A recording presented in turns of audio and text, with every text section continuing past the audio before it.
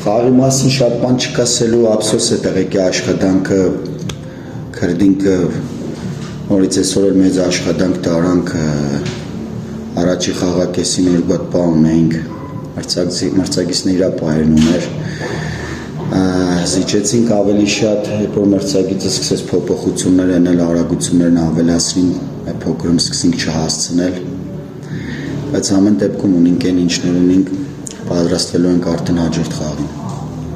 Երևի խաչատրյան սպորտ մեդիայում պարոն Հովհաննիսյան կարող ենք նշել, որ Ալպին Կոտիայի դիրքային փոփոխությունն է Շիրակի գոլային երաշտի պատճառը, քանի որ սովոր ենք նրան տեսնել ցախ դինգերի դիրքում, իսկ այս երջանալուները խաղում է կենտրոնական արձակվողի։ Չէ, տանու սխեմայի մեջ այն կենտրոնական հարձակվողի դիրքում է, բայց խաղային իրավիճակներում մենք իրանից կպահանջենք, որ ավելի շատ եզրեր տեղափոխվի իր սիրած ցախ եզրը։ Այսօր էլ պա ուներինք, եթե պա իրացներ անցած խաղերին էլ է ունեցել պահեր, մեզ չէ պահեր չունի, պահեր ունի, պրոստը չի իրացնե։ Եթե իր հետ կենտրոնական հարձակվող ունենանք, իր սրությունն ավելի լավ է կյանի։ Եվ Ջեսի Ակիլայի մասին։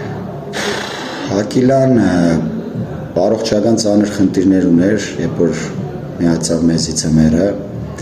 մեծ աշխատանք է տարվել, մեծ փուլեր է անցել, այս պայն արդեն սկսել է անհատական պարաբել, շատ մեծ հույսեր ունենք, որ ամենաշատը 10 օրից արդեն լրիվ թիմի հետ կմարզվի։